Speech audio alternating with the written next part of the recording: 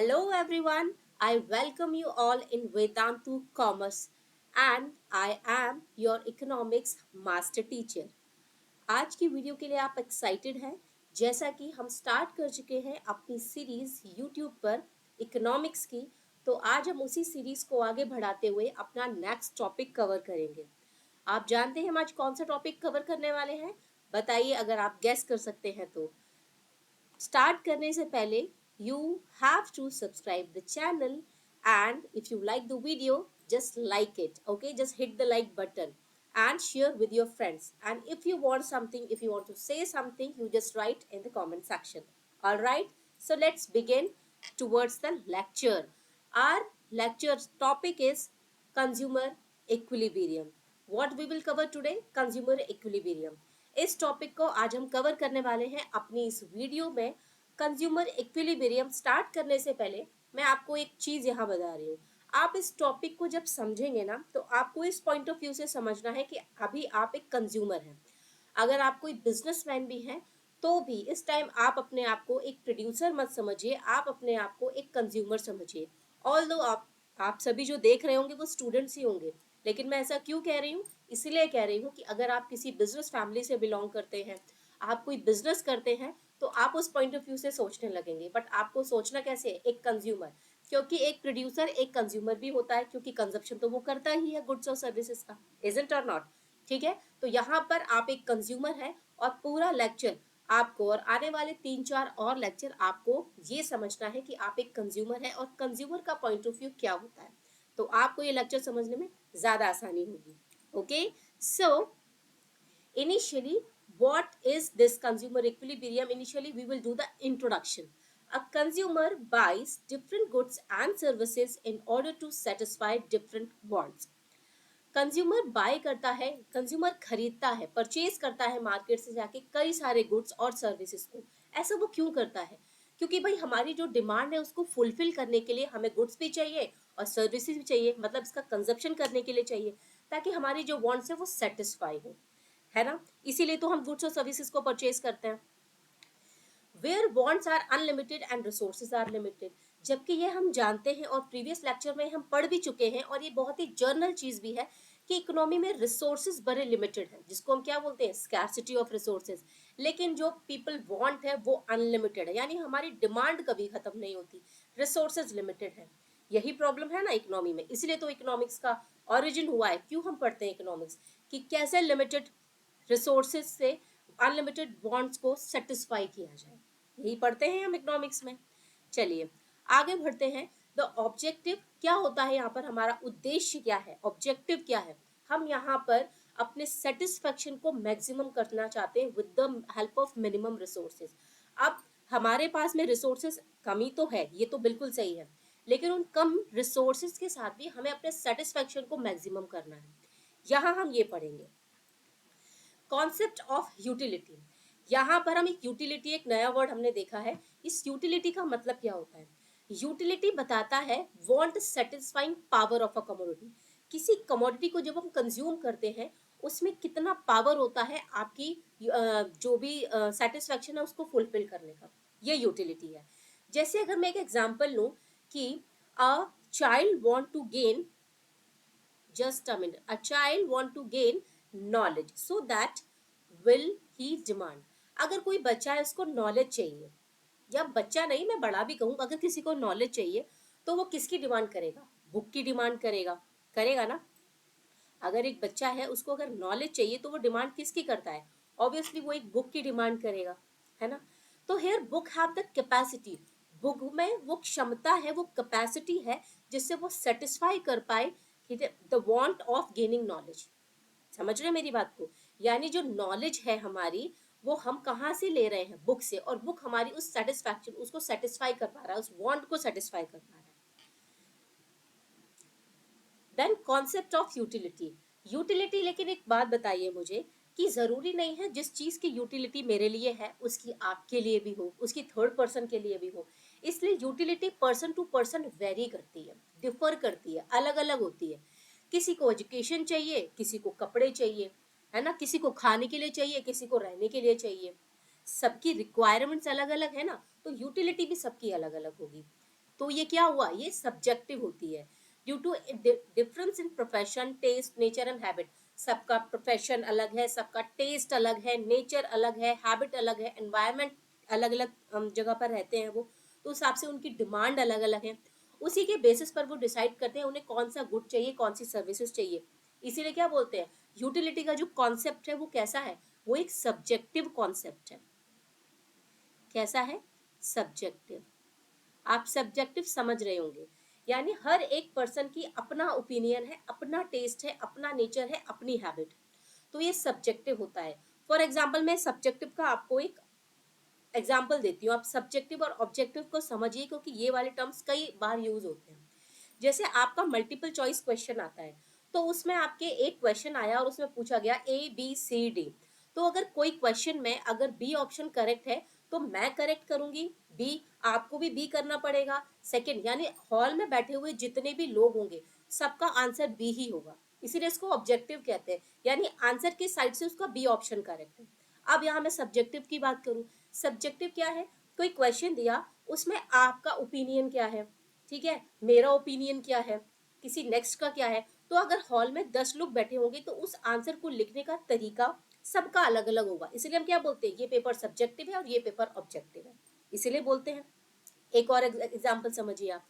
For example आपके पास में Apple है, ठीक है, एप्पल का टेस्ट कैसा है, एप्पल का टेस्ट मीठा होता है ना, टेस्ट स्वीट होता है उसका, तो उसे अगर मैं खाऊं तो भी वो स्वीट लगेगा, आप खाएंगे तो भी स्वीट लगेगा, आपके हॉल में बैठे हुए मान लीजिए 10 लोग हैं वो खाएंगे, सबको उसका टेस्ट कैसा लगेगा, स्वीट ही लगेगा, मीठा ही लगेगा। ये क्या हुआ, ये एप्पल का ऑब्जेक्टिव नेचर हुआ, यानी जो भी खाएगा अपनी साइड से वो सबको स्वीटनेस दे रहा है, सबको स्वीट टेस्ट दे रहा है। लेकिन ऐसा जरूरी नहीं है कि मुझे अगर मीठा टेस्ट अच्छा लगता है तो आपको भी अच्छा लगता हो सकता है आपको मीठा टेस्ट पसंद ही ना हो, ऑल्दो वो तो आपको मीठा ही प्रोवाइड कर रहा है टेस्ट, पर जरूरी नहीं है कि आपका टेस्ट आपको भी मीठा यानी स्वीट टेस्ट आपको पसंद हो, मुझे पसंद हो सकता है, आपको नहीं हो सकता है, ठीक है, हॉल में बैठे हुए हो सकता है 7 लोगों को पसंद हो, 3 को पसंद हो ही ना, तो ये सब्जेक्टिव नेचर हुआ, क्योंकि ये उनका टेस्ट हैबिट है उनकी, कि उनको मीठा नहीं पसंद है, मुझे पसंद है, ये मेरी हैबिट है। तो ये है सब्जेक्टिव, और ऑब्जेक्टिव है आपका क्या, कि ऑब्जेक्ट के साइड में वो अपना मीठा टेस्ट सबको प्रोवाइड कर रहा है। तो होपफुली आप यहाँ पर ऑब्जेक्टिव और सब्जेक्टिव को समझ पाए होंगे, ठीक है। तो यूटिलिटी कैसा है, सब्जेक्टिव इन नेचर है, क्योंकि different people have different taste, different nature and different habits. चलिए आगे बढ़ जाते हैं हम। फॉर एग्जाम्पल अ लैपटॉप, इस लैपटॉप का यूज जो आईटी इंडस्ट्री में काम कर रहा है, कोई आपका ऑफिशियल वर्क कर रहा है उसके लिए तो है, बट एक फार्मर जो लैंड पर जाकर फार्मिंग करता है उसके लिए लैपटॉप का क्या यूज है, उसके लिए तो वो यूजलेस है ना। इसके लिए हो सकता है जो खाद होती है, ठीक है, वो इसके लिए यूजफुल हो, वो इस बंदे के लिए क्या यूजफुल होगी, इसके लिए यूजलेस होगी वो। तो यहाँ पर क्या हुआ, एक गुड है लेकिन उसका यूज एक इंसान के लिए तो बहुत है, दूसरे के लिए बिल्कुल नहीं है, क्योंकि नेचर अलग है, टेस्ट अलग है, हैबिट अलग है, जिस एनवायरनमेंट में रहते हैं, प्रोफेशन अलग है, सब चीजें अलग है ना, दैट इज वाई। आगे बढ़ जाते हैं हम। Now utility also differs from place to place. अब यूटिलिटी डिफर करती है, एक जगह पर हो सकता है वो यूटिलिटी हो, दूसरी जगह पर ना हो, तो प्लेस टू प्लेस में यूटिलिटी वेरी करती है। क्यों, अब आपका मान लीजिए कि विंटर सीजन है, सर्दियों का मौसम है, सर्दियों के मौसम में तो भाई हमको बड़ी जरूरत पड़ती है वुलन क्लोथ्स की। अब मान लीजिए टेम्परेचर आपका 45 डिग्री सेल्सियस है, यानी समर्स चल रहा है, उस टाइम पे आपको ये वुलन क्लोथ्स देखने में भी अच्छे नहीं लगते। हुआ ना प्लेस ऑफ यूटिलिटी, मतलब कि सर्दियों में उसी चीज की हमको बहुत ज्यादा जरूरत पड़ रही है, उसकी यूटिलिटी है हमारे लिए, बट वही हम समर्स की बात कर रहे हैं तो वहां कोई यूटिलिटी नहीं है, कोई देखता भी नहीं होगा वुलन क्लोथ्स की तरफ, क्योंकि यूटिलिटी ही नहीं है, उस टाइम क्यों पहनेगा वो, उस टाइम वो कॉटन शर्ट के लिए भाग रहा होगा कि भाई मुझे कॉटन शर्ट या फिर कोई फ्री सा कपड़ा मिल जाए जो उसमें कंफर्ट उसको दे। तो एक बंदा जो सऊदी अरेबिया में रहता है उसके लिए क्या यूज है वुलन क्लोथ्स का, उसके लिए यूज है जो भाई शिमला में रह रहा हो या फिर ऐसी कंट्री में जहाँ थ्रू आउट द ईयर आपका कैसा होता है, ठंडी पड़ती है, सर्दियां पड़ती हैं। तो ये कॉन्सेप्ट आपको क्लियर हुआ होगा। आगे बढ़ते हैं। जो कॉन्सेप्ट ऑफ यूटिलिटी है, transportation also create place utility. अब यहाँ पर वो कह रहा है कि किसी चीज का यूज तब भी बढ़ जाता है जब आपकी प्लेस यूटिलिटी होती है। फॉर एग्जाम्पल असम है, असम में आपका टी का प्रोडक्शन होता है, किसका प्रोडक्शन होता है? टी का। लेकिन अगर मैं बात करूं यहाँ पर उत्तर प्रदेश की, यहाँ तो उत्तर प्रदेश की या फिर मध्य प्रदेश की, यहाँ पर टी का प्रोडक्शन तो नहीं है। तो असम से जब एमपी में क्या होगा? डिमांड तो होगी, लोग यहाँ चाय पीना पसंद करते हैं। क्यों करते हैं? क्योंकि यहाँ पर ट्रांसपोर्टेशन फैसिलिटी अवेलेबल है। एक जगह से दूसरी जगह पर आएगी तो यहाँ प्लेस यूटिलिटी बढ़ जाएगी, मतलब उस प्रोडक्ट का प्राइस इंक्रीज हो जाएगा। कैसे प्राइस इंक्रीज होगा? बिकॉज ऑफ टाइम, है ना। टाइम, क्योंकि टाइम यहाँ ज्यादा लग रहा है, एक जगह से दूसरी जगह पर जाने पर कॉस्टिंग ज्यादा हो जा रही है। तो जो चीज यहाँ पर हो सकता है चीप प्राइजेस में मिले, वहां जाकर थोड़ी कॉस्टली हो जाए, तो that is called place utility. Clear? Now utility can also differ from time to time. Time time पर यूटिलिटी चेंज होती रहती है। अब आप कहेंगे मैम ऐसा कैसे? ऐसा इसलिए, रेनी सीजन है, रेनी सीजन में हमको अम्ब्रेला की जरूरत है, हमको रेनकोट की जरूरत है, हमको शूज की जरूरत है जो पानी में पहने जा सकते हैं। लेकिन समर्स में बहुत गर्मी पड़ रही है, उस टाइम क्या यूज है उसका? कोई यूज नहीं है। तो उस टाइम पर हम इसको क्या कहेंगे? Time of utility. ठीक है, क्योंकि रेनी सीजन आपका 1 महीने या 2 महीने रहता है, उस टाइम पर इन चीज की रिक्वायरमेंट, अदरवाइज तो ये चीजें यूजलेस हो जाएंगी हमारे लिए। चलिए, कॉन्सेप्ट ऑफ जो यूटिलिटी है ये आपको ध्यान रखना है, ये वर्ड प्रोफेसर हैप्सन ने दिया था। यूटिलिटी का जो कॉन्सेप्ट है वो हैप्सन ने दिया था। यूटिलिटी क्या है? उसमें एबिलिटी है of a good to satisfy a want, यानी उस गुड, उसमें वो क्षमता है कि किसी भी गुड को जब हम कंज्यूम करते हैं तो हमको सेटिस्फेक्शन फील होता है। Now utility differs from person to person, place to place, time to time, या ऑल ऑफ द अबव। आपको बताना है कि इसमें से करेक्ट क्या है। ऑल ऑफ द अबव, हमने तीनों ही पढ़े हैं। पर्सन से भी वेरी करता है, यानी पर्सन टू पर्सन अलग होता है, प्लेस टू प्लेस अलग होता है, टाइम टू टाइम अलग होता है। ठीक है। What is utility? Utility refers to usefulness, it refers to, cancel कर दीजिए इसको, utility refers to want satisfying power of a commodity और none of the above. Which one is correct? So utility refers to want satisfying power of a commodity. Human wants are, that is the easiest question, और ये question हम पिछले में भी कर चुके हैं वीडियो में। अनलिमिटेड, लिमिटेड, इंक्रीजिंग और नन ऑफ द अबव। बताइए which one is correct? Obviously wants are unlimited. Now the main aim of a consumer is to achieve minimum satisfaction, limited satisfaction, maximum satisfaction और none of the above. बताइए। So that would be maximum satisfaction. Consumer का main M क्या है? With the limited resources हम अपने satisfaction को maximise कर ले। Transport creates dash utility, time, place, relative और none of the above. That would be place utility.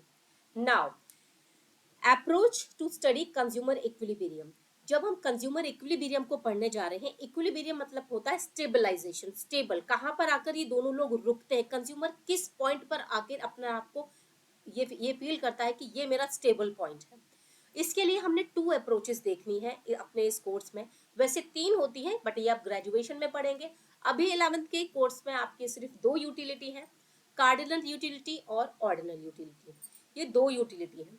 Cardinal utility अगर हम बात करें तो ये हमको दी थी मार्शल ने, और ऑर्डिनल यूटिलिटी की बात करें तो ये हमको दी थी हिक्स और एलन। ये 2 लोग हैं जिन्होंने इस यूटिलिटी पर बात बताई थी।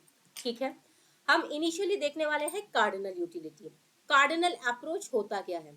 कार्डिनल का मतलब है कि जब हम यूटिलिटी को नंबर्स में काउंट कर सकते हैं, we can measure utility in terms of numerical terms. Numerical term मतलब 1, 2, 3, 4, 5, 6 and so on. ठीक है, तो कार्डिनल का मतलब something which we can count in numbers, that is cardinal utility, cardinal. ठीक है, और जब यूटिलिटी के लिए हम नंबर्स देने लग जाए, नंबर्स में काउंट करने लग जाए, that is cardinal utility. Understood? आपको वीडियो को लाइक करना है क्योंकि ये वाला सेशन जो है आपके लिए बहुत यूजफुल, बहुत ही इंटरेस्टिंग होने वाला है। I am just telling you. Now the unit of measurement is called utils. अब यूटिलिटी को मेजर करने के लिए आपका जो मेजरिंग यूनिट है उसको क्या कहते हैं? यूटिल्स। तो ये आपके वन वर्ड में आ सकता है, मल्टीपल चॉइस में आ सकता है, या फिर वन आपका फिलअप ट्रू ऑल्स, इस बेसिस पे जो क्वेश्चन आएंगे उस बेसिस पे पूछा जा सकता है कि जो यूटिलिटी है उसको उसका मेजरमेंट यूनिट क्या है। तो उसका मेजरमेंट यूनिट क्या है, यूटिल्स, UTILS, यूटिल्स। यूटिल्स जो है आपका ये उसी तरीके से है जैसे हाइट को मेजर करने के लिए हम सेंटीमीटर्स का यूज करते हैं, ये भी एक यूनिट है। गुड्स को जब हम मेजर करते हैं तो केजी में करते हैं, उसी तरीके से जब हम यूटिलिटी को मेजर करते हैं तो किससे करते हैं, यूटिल्स में करते हैं। लेकिन और classical economics use this approach to attain equilibrium, consumer equilibrium. अब क्लासिकल इकोनॉमिक्स ने आपकी इस अप्रोच को दिया था, किसको, कंज्यूमर इक्विलिब्रियम को। कंज्यूमर इक्विलिब्रियम को समझने से पहले यहाँ मैं थोड़ा सा आपको बता दूं क्लासिकल इकोनॉमिस्ट कौन होते हैं, जिन्होंने लेट 18 और अर्ली 19th सेंचुरी में अपनी अप्रोचेस दी थी। क्यों दी थी, ग्रोथ और डेवलपमेंट से रिलेटेड, ग्रोथ और डेवलपमेंट से रिलेटेड उन्होंने अप्रोचेस दी थी। ठीक है, अब ये लोग क्या कहते थे, ये लोग फेवर करते थे कि जो इकोनॉमी है वो मार्केट फोर्सेस पर चलनी चाहिए।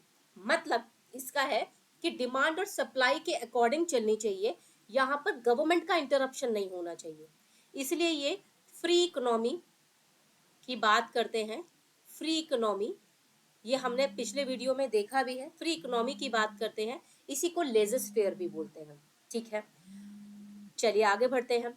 यूटिल्स एक इमेजिनरी और एक साइकोलॉजिकल यूनिट है जो मेजर करता है सेटिस्फेक्शन पावर को, सेटिस्फेक्शन को मेजर करता है ये।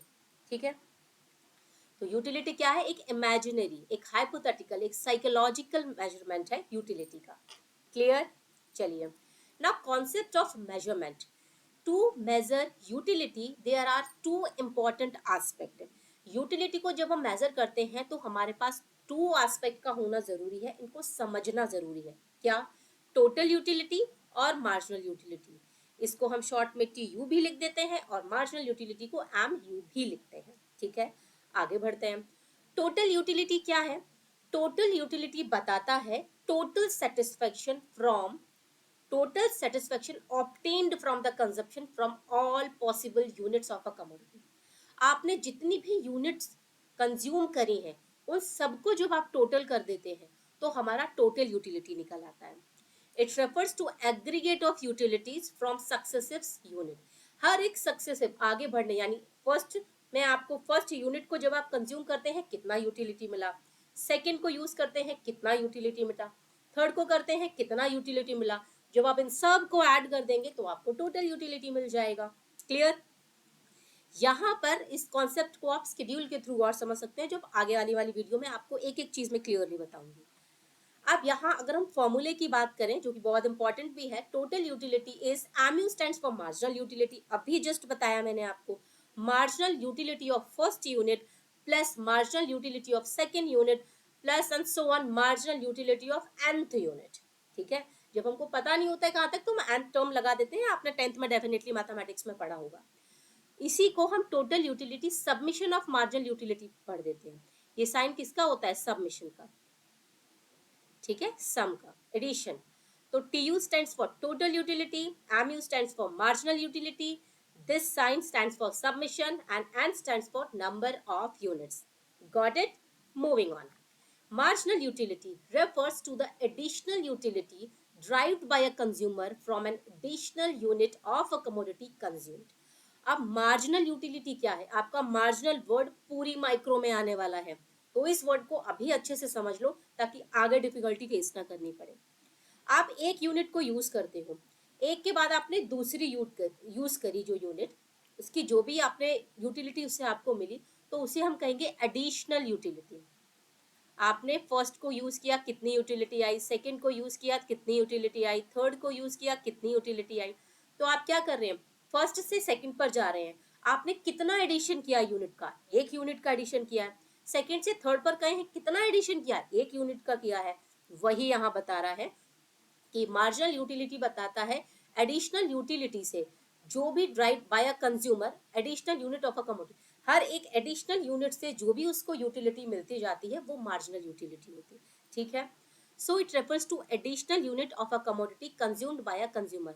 हर एक बढ़ती हुई यूनिट, मतलब कितना वो एडिशन कर रहा है यूनिट पे, उसमें जो उसको यूटिलिटी मिल रही है वो मार्जिनल यूटिलिटी है। इसका फॉर्मूला क्या है? मार्जिनल यूटिलिटी एन, एन मतलब number of units, equal to total utility number of units minus total utility N minus one. ये एन माइनस वन क्या बताता है कि मान लीजिए फर्स्ट यूनिट पे आपको क्या यूटिलिटी मिली, सेकेंड यूटिलिटी पे सेकेंड यूनिट पर आपको क्या यूटिलिटी मिली। तो ये क्या है, अगर आप इस यूनिट की बात कर रहे हैं तो एन माइनस वन होता है प्रीवियस यूनिट। ठीक है, यहाँ लिखा हुआ है, इसे आप नोट भी कर सकते हैं। TU total utility, MU stands for marginal utility, N stands for number of unit, TU stands for total utility of nth unit, and TU n minus one total utility of previous unit, पिछली वाली। ठीक है, now in order to measure utility following concept are used: total utility, marginal utility, only A और both A and B. Utility को पढ़ने के लिए हमको क्या चीजों किसकी जरूरत है, टोटल की या मार्जिनल की या फिर दोनों की या फिर सिर्फ एक की? ऑब्वियसली दोनों की ही जरूरत है। ठीक है, cardinal means utility can be measured, ranked, not measured, none of the above. None of the above ये सही है? नहीं सही है। कार्डिनल मतलब रैंक्ड, ये ऑप्शन गलत दिया हुआ है। कार्डिनल का मतलब है कि हम उसको, no no no, that is incorrect. None of the, यहां पर लिखा होता अगर numbers, can be count in numbers. ठीक है, काउंट इन नंबर्स। ठीक है, cardinal means utility can be count in numbers, तो ये ऑप्शन अगर होता करेक्ट होता। अब इसमें से मेजर्ड दिया है, रैंक दिया है, नॉट मेजर्ड दिया है, नन ऑफ द अबव, तो हम नन ऑफ द अबव को ही करेक्ट करेंगे। ठीक है जी, आगे बढ़ते हैं। Total utility refers to utility derived by dash unit of a commodity. Total utility पूछ रहा है, वो एडिशनल होगा, ऑल, फ्यू या नन ऑफ द अबव? बताइए। ऑल, यानी जितनी भी एग्रीगेट है, टोटल कर देते हैं आप सारी यूटिलिटी को, तो टोटल यूटिलिटी आपको मिल जाता है ना। Marginal utility refers to utility derived by units of a commodity, additional, all, few, none of the above, so that would be additional. Total utility and marginal utility means the same. दोनों का मतलब same है क्या? नहीं भाई, अलग अलग ma'am ने पढ़ाया है अभी तो, ऑब्वियसली। ठीक है, तो ये स्टेटमेंट गलत हो जाएगा। So that's all for today's class. Hopefully आपको बहुत मजा आया होगा इस क्लास में। अगर मजा आया है तो वीडियो को लाइक करना ना भूलिएगा, और मिलते हैं अपनी नेक्स्ट क्लास में फुल एक्साइटमेंट के साथ में, उसी मजे के साथ में। तब तक क्या करना है आपको? Till then, keep learning and keep practicing. Bye bye. Take care.